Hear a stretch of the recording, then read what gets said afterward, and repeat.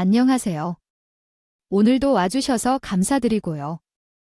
바로 사연을 읽어보겠습니다. 안녕하세요. 벌써 올 한 해도 다가고 있네요.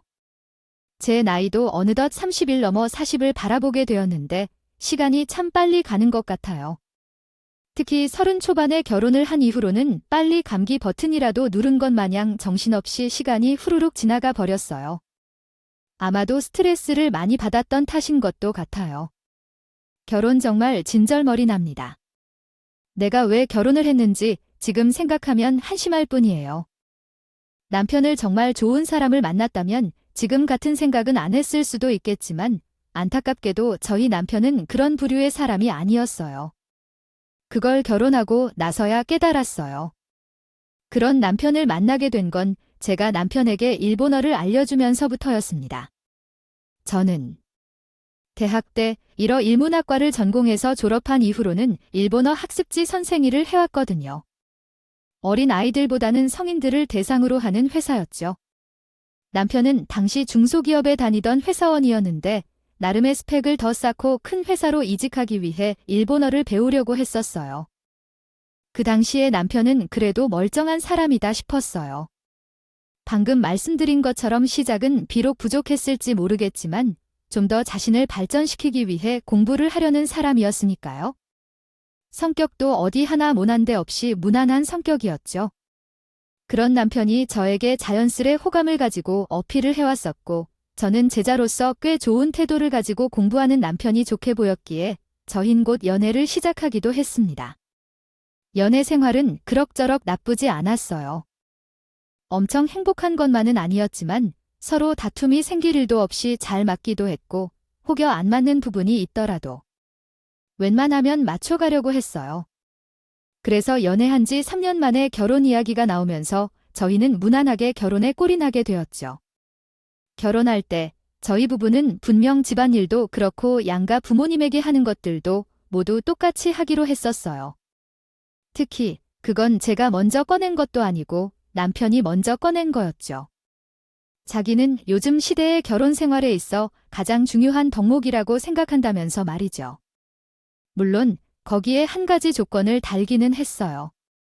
신혼집부터 해서 혼순이 결혼식 비용이니 그런 모든 것들에 대해 꼭 반반을 해야 한다는 거였죠.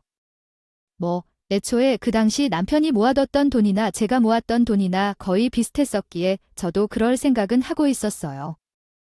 몇몇 분들은 그런 결혼을 왜 하냐고 하실 수도 있겠지만 전 그렇게 해요.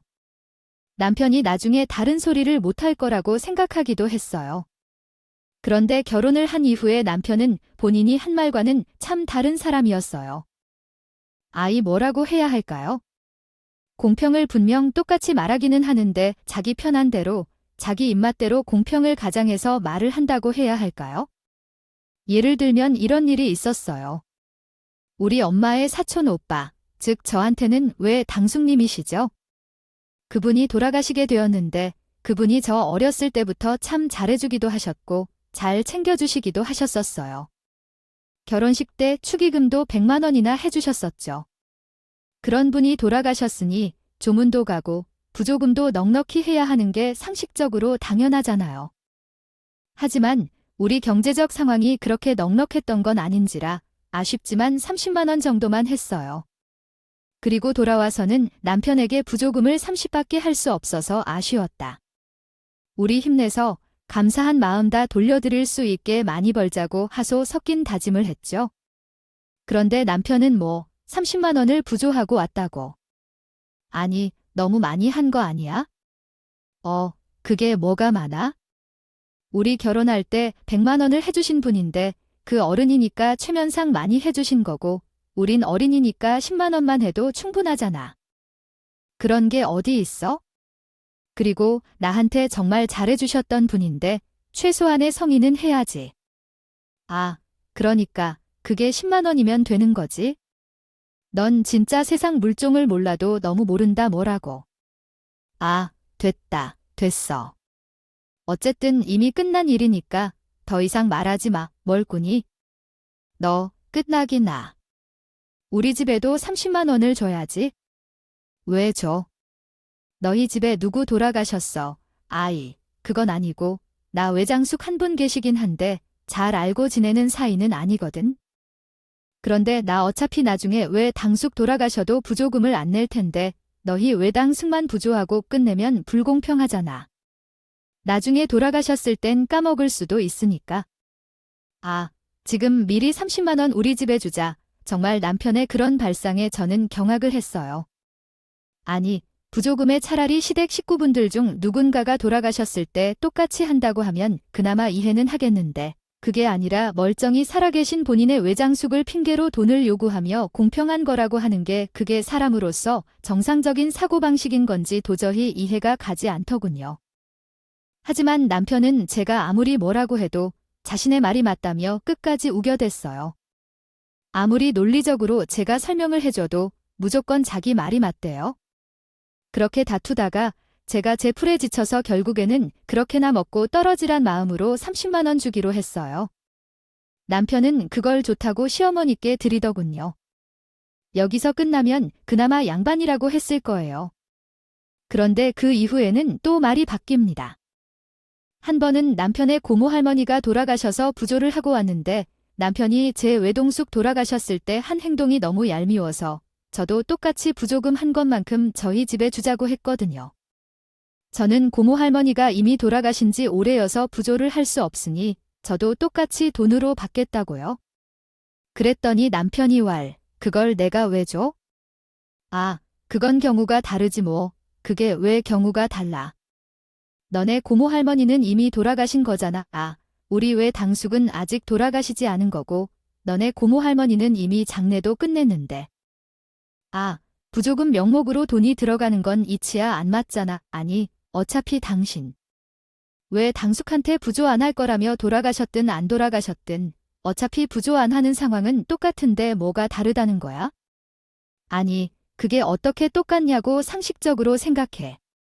상식적으로 나는 지금 상식적으로 생각해서 당신의 말에 앞뒤가 안 맞는다고 생각하는데 당신이 사회생활을 제대로 안 해서 그래?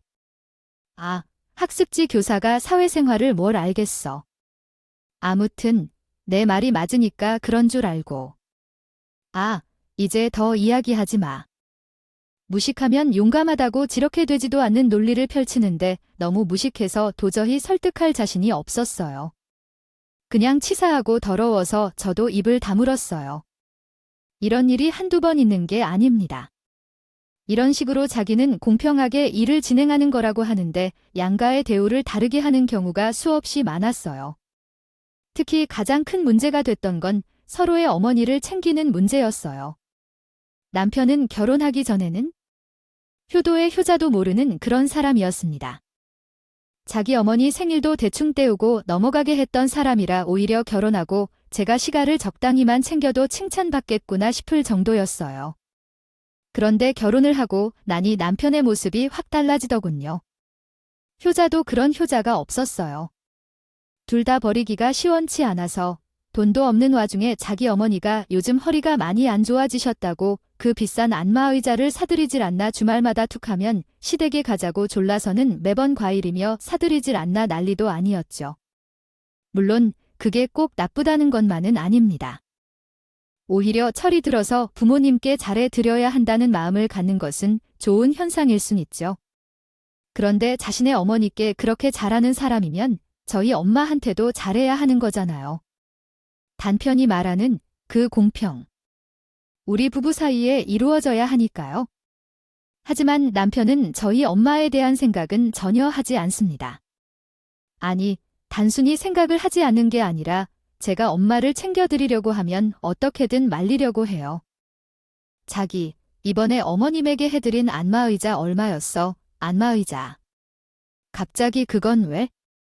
아니, 시어머니가 그게 너무 좋다고 하시길래 나도 우리 엄마 해드리려고 장모님께 그걸 해드린다고. 헉, 그 비싼 걸, 그걸 왜 해드려? 돈 아깝게. 우리가 돈이 어디 있다고? 그게 무슨 말이야? 자기 엄마만 엄마고 내 엄마는 엄마? 아니야. 자기가 맨날 말하잖아. 공평하게 하자고. 공평하게 우리 엄마도 해드려야지. 아니, 그건 경우가 다르지. 우리 엄마는 허리가 안 좋으셔서 애 들이는 건데 장모님은 아직 정정하시잖아. 무슨 소리야? 우리 엄마 맨날 일하느라 허리 아파하시는데 일을 하실 수 있다는 것 자체가 몸이 정정하다는 거야? 나중에 정말 몸이 안 좋아지시면 그때 애 들이자. 아, 그럼 공평하잖아. 뭐 됐다 말을 말아야지. 그럼 이번 주말에 우리 집 가서 인사라도 좀 드리자. 매주 시댁만 갔었잖아. 우리 엄마도 좀 보고 인사드려야지. 거길 가자고. 거긴 너무 먼데? 아니, 뭐라도 몇 달에 한 번은 인사드려야지. 우리 엄마도 나보고 싶어 할 텐데. 자기네 집은 거의 격주로 가다시피 하잖아. 그건 우리 집이 가까우니까 그런 거고. 아, 장모님도 가까이 사셨어. 봐, 당연히 매주마다 가려고 했지? 거리가 다른데 똑같이 가려고 하면 그게 불공평한 거야? 한 번 가을 때 드는 에너지가 다른데 이런 식입니다. 정말 답도 없지 않나요? 물론 저희 엄마를 보러 가는 게 쉬운 건 아니긴 해요. 저희 엄마 지방에서 김밥집 하고 계시거든요. 주말 낮에 가봐야 엄마 일하시느라 시간이 많지 않기도 하고 애초에 거리가 너무 멀기도 하죠. 하지만 아무리 그래도 시댁을 그렇게 자주 찾아뵙는데 저희 친정도 어쩌다 한 번은 찾아가야 하는 거 아닌가요? 그리고 저희 엄마 보고 정정하다 어쩌다 하는데 온몸에 파스를 붙이고 일하고 계세요. 시어머니보다 몸이 더 안 좋으면 안 좋았지 정정하다는 말을 할 만한 몸 상태는 절대 아니에요. 하지만 남편은 이것 역시 말도 안 되는 논리를 펼치면서 언제나 자기 입맛 외 공평을 주장했어요. 적을 고지고대로 받아주고 저주는 제가 문제라고 하시는 분도 있을지 모르겠습니다. 하지만 실제로 저런 사람과 같이 살고 상대하다 보면 어쩔 수 없어요. 상대는 저만 지칠 뿐이거든요. 제가 논리로 남편을 설득하려 하든 화를 내든 남편은 그냥 목석입니다. 자기의 주장만을 끝까지 내세우는 사람이에요. 화를 내면 저만 예민한 사람. 혹은 논리가 부족한 사람으로 만들어버리고 말죠. 한 번은 남편하고는 대화가 도무지 통하지 않아서 이런 일들을 시어머니께 투정을 부리듯 한 번 이야기 꺼내본 적도 있었는데 본전도 못 찾고 혼만 났어요. 남편의 말이 구구절절 다 맞다고 제가 너무 이기적이래요. 정말 그 어머니의 그 남편이었어요. 이래서 시댁이랑은 가깝게 지내는 게 아닌 건데 아무튼 그러다 보니 저는 이렇게 속상한 일들을 어디에 풀 데도 없더군요. 저희 엄마한테 이런 일들을 말하긴 싫었어요. 남편이 자기 엄마만 챙기려고 한다는 말을 어떻게 하겠어요? 그런 말을 해봐야 저희 엄마만 상처를 받을 텐데요. 그리고 애초에 저는 엄마에게 징징대며 힘들단 소리를 하는 성격도 아니긴 했습니다. 저희 엄마는 정말 기가 세고 악착같이 사시는 분이신지라 모든 걸 혼자 감당하려고 하시는데 아마 저 역시 그런 부분을 닮았나요? 봐요. 그냥 어떻게든 저 혼자 해결하기 위해 끙끙 앓았어요. 그런데 그러던 어느 날 이런 두 모자가 더 기고만장해지는 일이 하나 생깁니다. 그건 바로 시댁이 살고 있는 집이 재개발이 되면서 시부모님이 큰 차익을 보며 집을 팔게 된 일이었어요. 돈이 사람을 만든다고 하죠. 시어머니는 돈이 생기자 저를 마치 아랫사람, 제가 아랫사람이 맞긴 하죠. 그런데 그냥 손 아랫사람, 뭐 그런 게 아니라 거의 신분이 다른 사람 대하기 시작했어요.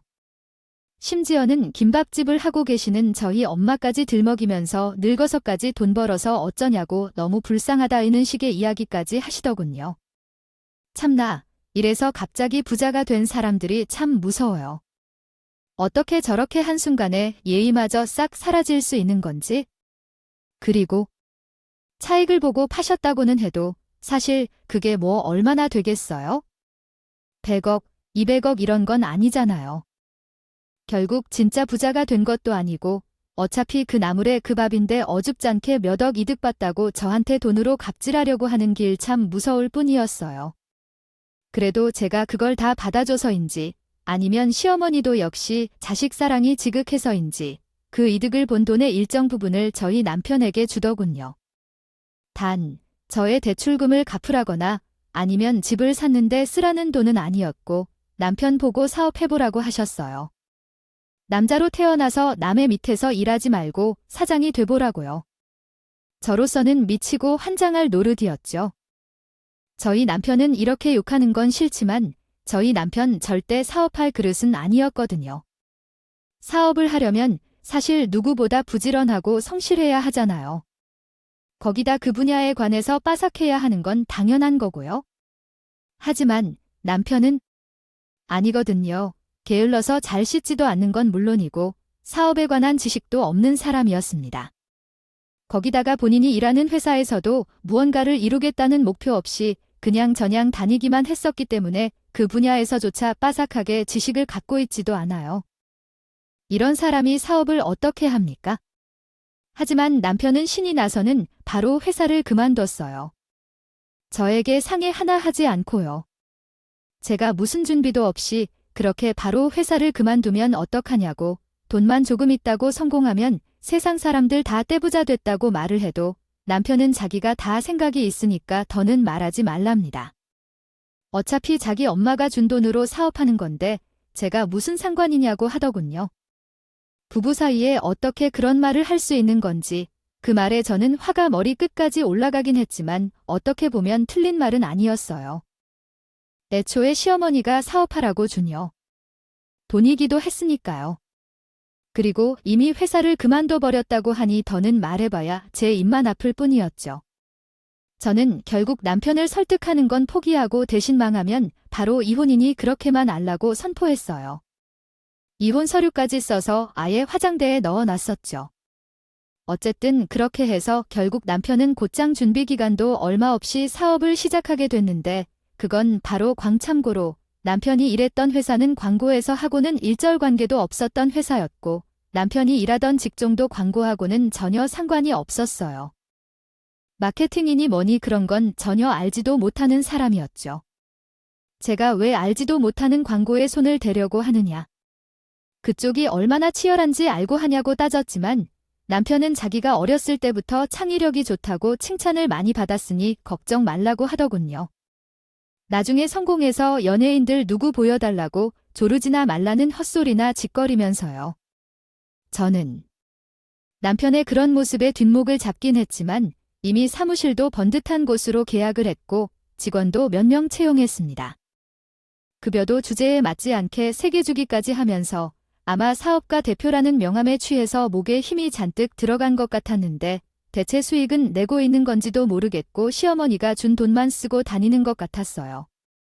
저는 남편 사업만 생각하면 스트레스를 너무 받을 것 같아서 아예 신경을 끄기로 했어요. 어차피 결혼 초부터 모든 걸 반반씩 하자고 했기에 생활비도 반반씩 내왔으니 그것만 채워주면 상관없겠지라고 생각했어요. 실제로 남편이 사업으로 돈을 얼마를 버는지는 알지도 못했고 알고 싶지도 않았죠. 어차피 망하면 이혼하겠다고 생각하고 있었으니까요. 그나마 그 일이 있는 이후로 한 가지 좋은 점이 있다면 시댁이 지방으로 이사를 가늘이었어요. 시어머니는 남편에게 본인이 가지고 있던 돈의 70%를 저희 남편에게 주다 보니 지방에서 사는 게 더 나을 것 같다고 판단하셨어요. 덕분에 시어머니의 갑주를 볼 일도 많이 사라졌고 격주에 한 번씩 시댁에 가는 일도 함께 사라졌어요. 물론 시어머니가 사라지니 남편이 그 역할을 대신하긴 했지만요. 그 시기 때는 그래도 어느 정도 평안했던 시기였습니다. 확실히 시댁에 대한 부담이 줄어들어서인지 남편이 강조하던 공평에 대한 다툼거리도 줄어들어서 싸울 일도 별로 없었어요. 사업이야 어찌됐든 생활비는 꼬박꼬박 잘 내고 있기도 했고요. 하지만 그건 폭풍전야였을 뿐 평온했던 잠깐의 시간이 지나자 저희 부부 사이에 결국 금이 가버리는 결정적인 사건이 발생하고만 합니다. 그건 바로 시어머니의 생신맞이였어요. 시어머니는 생신을 맞아서 저희 집으로 올라오셨는데 남편은 시어머니가 좋아하는 킹크랩을 사주겠다며 1인당 25만 원짜리 식당에 예약하더군요. 자기가 사업자 간 곳이었는데 너무 맛있었다고요. 웃긴 건 그 돈의 절반은 또 저보고 부담을 하래요. 우린 모든 것을 반반하기로 하지 않았냐고요. 저는 너무 어이가 없었지만 한 달 뒤면 어차피 저희 엄마도 생신이었기에 그때 똑같이 하면 되겠지란 생각으로 그 금액의 반을 부담했어요. 그런데 딱 한 달 뒤 돌아온 저희 엄마 생신. 그것도 그냥 생신도 아닌 칠순이었는데 남편은 아무것도 준비를 하지 않더군요. 애초에 저희 엄마는 그 생신을 맞아서 괜히 힘들게 뭐 준비하지 말라고 하시더니 사업하느라 돈 들어갈 때도 많은데 마음만 받으시겠다며 고깃집에서 고기라도 먹자고 하시긴요. 했어요. 하지만 그래도 이미 한 달 전 시어머니 생신에 킹크랩을 먹었는데 그냥 조용히 넘어가기엔 제가 너무 억울하더군요. 그래서 남편에게 이번에 오는 저희 엄마 생신 때에 최소한 그때 갔던 킹크랩 집을 가던가 아니면 금일봉이라도 준비해서 드리자고 했어요. 그래도 혹시나 싶어 남편 기분 좋을 때 말하려고 일부러 남편 회사의 직원들도 싸가면서 찾아간 뒤 말했죠. 그런데 남편 얼 킹크랩. 킹크랩은 무슨 킹크랩이야. 아 돈이 무슨 썩거나 뭐 그게 무슨 소리야? 시어머니 생신 때는 그럼 돈이 썩어나서 킹크랩을 먹으러 갔었어? 아니 뭐 애초에 사업하라고 엄마가 돈을 준 게 있으니까 그런 거잖아. 그거랑 무슨 상관인데? 킹크랩집 대접해드릴 때 당신 돈으로만 계산했어. 아니잖아. 나보고 반 내라며. 그래서 반 냈잖아. 아니야. 진짜. 당신 양심 없이 계속 그럴 거야. 공평. 당신이 입버릇처럼 말하는 건 지켜야 할 거 아니야? 아니, 비싼 음식도 먹던 사람이 먹어야 마술하는 거지. 아, 지방 사람이 좋은 거 먹는다고 뭐라 하시겠냐고? 그거야말로 돈 낭비 아니야? 입맛이 고급이어야 킹크랩 맛도 느끼는 거지. 장모님은 그거 드셔봤자 그냥 게맛살 맛이랑 똑같다고 하실걸. 뭐, 당신 진짜 말 똑바로 해. 지금 당신 진짜 신뢰되는 말 한 거 알긴 하는 거야? 아니, 신뢰가 되든 안 되든 맞는 말이잖아. 아, 내 말이 틀렸어. 그냥 어차피 김밥에도 게맛살 들어가니까 김밥이나 먹으러 가자. 나 바빠서 시간도 없어. 장모님 김밥 좋아하시잖아. 그래서 김밥집 하고 계신 거 아니야? 맛있는 김밥집 좀 찾아서 가면 되겠지? 뭐, 한국 사람들은 킹크랩 맛을 느끼지도 못해. 이게 진짜 뚫린 잎이라고 아무 말이나 짓거려대네. 아니, 여보, 줘요. 조용히 해. 여기 우리 회사야. 왜 소리를 지르고 그래? 아, 미쳤어. 내가 지금 소리를 안 지르게 생겼니?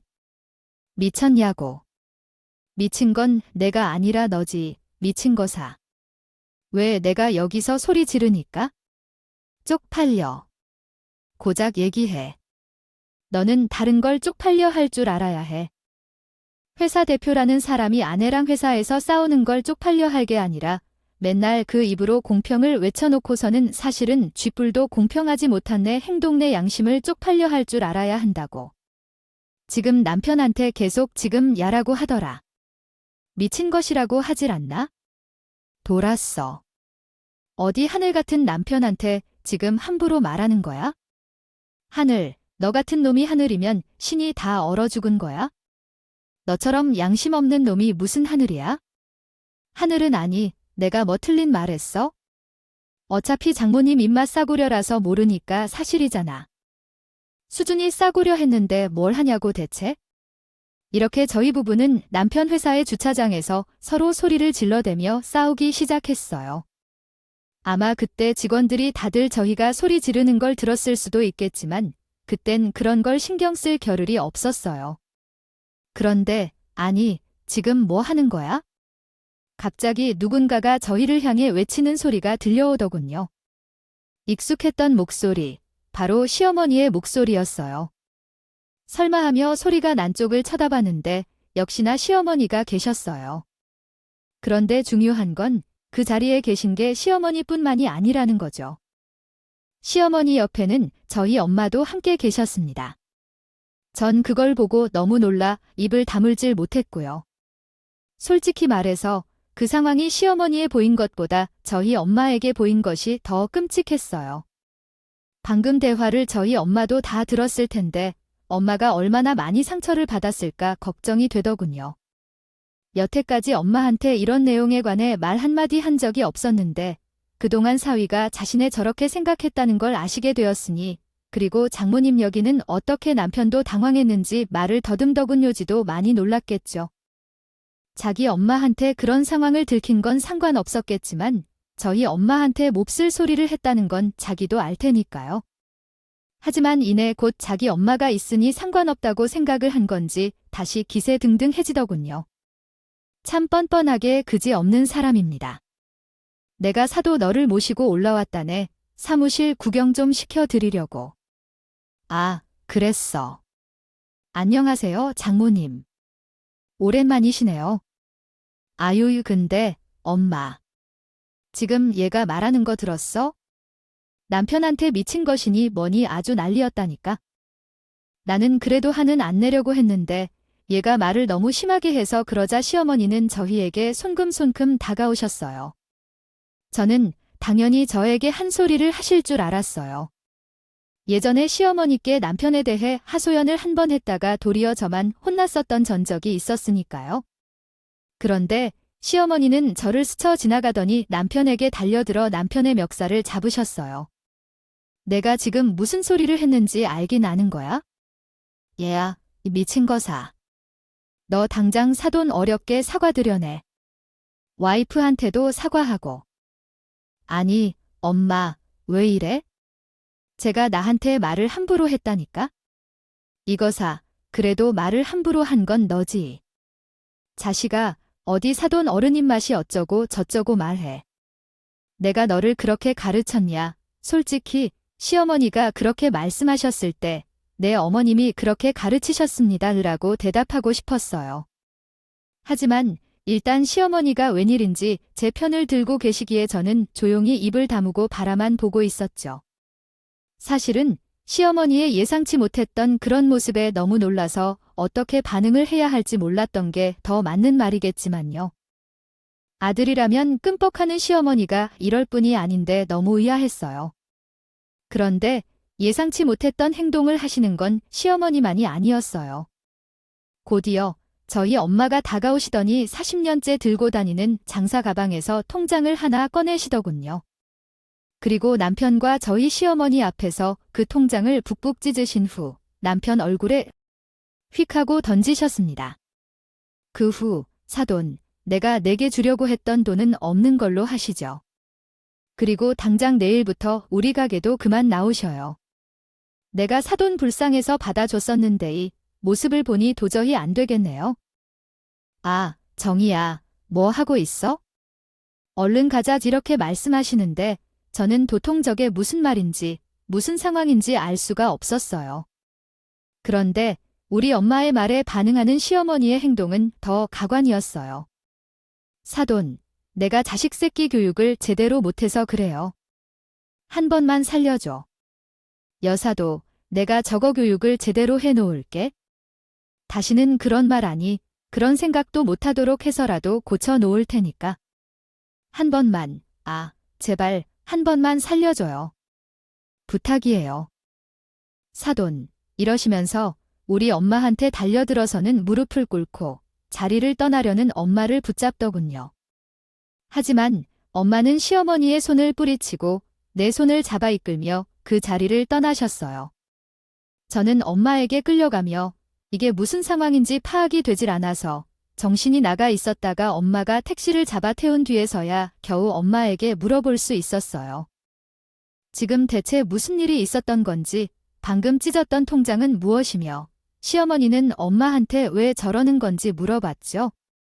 그리고 엄마는 저에게 여태까지 있었던 일들을 설명해 주었는데 알고 보니 시어머니는 재개발로 집을 판 돈의 70%를 저희 남편에게 준 뒤 나머지 30%를 웬 제비 남자에게 사기를 당해 다 뜯기고 말았답니다. 그 사실은 시아버지도 모르고 남편도 모르기에 그걸 본인 혼자 해결해 보겠다고 어떻게든 집값이 싼 지방으로 이사를 간 거였고 그 돈을 맥국에 답시고 우리 엄마 가게에서 알바까지 했다는군요. 물론 엄마한테는 이 모든 사실을 다 밝히고 사정을 이야기하셨대요. 엄마는 제가 시어머니와 남편에게 어떤 대우를 받고 살았는지 당연히 모르고 있었기에 사돈이니까 도와줘야겠다는 생각으로 저한테까지 비밀로 하셨던 거고요. 그러고는 굳이 안 써도 되는 엄마 돈까지 써가며 알바를 안 써도 되는데 일을 주며 시어머니께 월급을 주고 계셨다더군요. 게다가 아까 엄마가 찢은 통장은 사실 저희 부부를 주기 위해 그동안 엄마가 모아놓으셨던 돈이래요. 하나밖에 없는 딸 결혼할 때에 크게 해주지 못했던 게 미안해서 매달 70만 원씩 적금을 붓고 계셨다고 하더군요. 사위도 사위지만 자식인 저를 생각해서요. 그런데 그걸 알게 되신 시어머니가 자기 아들 사업 이야기를 꺼냈고 지금이야말로 돈이 필요한 시기라며 지금 주는 게 좋지 않겠냐고 했다더군요. 시어머니가 저희 엄마를 모시고 남편 회사까지 찾아온 것도 본인 아들이 이렇게 열심히 사업을 하고 있다는 어필을 하려고 엄마를 데리고 온 거였고요. 엄마도 사위가 사업하는 데에 도움이 된다면 좋겠다며 흔쾌히 올라오셨는데 하필 그 순간에 주차장에서 싸우고 있는 저희의 모습을 보았고 또 사위가 무슨 말을 하는지를 다 들어버리셨으니 저는 엄마에게 미안하다고 했어요. 미안 엄마야, 됐어. 내가 미안하긴 뭐가 미안해. 아, 그 자식이 몹쓸 놈이었던 거지? 내가 그놈 주겠다고 뼈 빠지게 일해가며 돈을 모았던 걸 생각하면 아, 차라리 잘 됐다. 하늘이 도운 거지? 하마터면 아무것도 모르고 사위한테 통장을 줄 뻔했으니까. 드디어 엄마를 모시고 저희 집으로 왔는데 30분쯤 지났을까 시모랑 남편 역시 집으로 쫓아왔어요. 그러고는 다시 또 살려달라고 애원을 하더군요. 이번엔 엄마뿐만이 아니라 저에게까지도요. 하지만 그 와중에도 남편은 정신이 못 차리고 시어머니께 화를 내고 있었어요. 아니, 대체 어떤 제비 사기꾼 놈한테 걸려가지고 이 사달이 난 거야? 시끄러. 지금 크게 중요해. 아, 그리고 어차피 70%는 다 너한테 준 거잖아. 빨리 너도 빌지 못해 얼른 잘못했다고 빌라고. 아니면 너한테 준 돈 다시 돌려받을까? 돈을 다시 돌려받겠다는 시어머니의 말에 그제야 남편도 정신이 들었는지 시어머니와 함께 저희에게 빌기 시작했어요. 자기가 정말 잘못했다고 한 번만 용서해주면 앞으로는 정말 공평하게 잘하겠다며 씨알도 안 먹힐 소리 나더군요. 그런데 그렇게 남편이 빌던 와중에 남편은 본인의 상황에 대해 이실직고를 한 가지 했어요.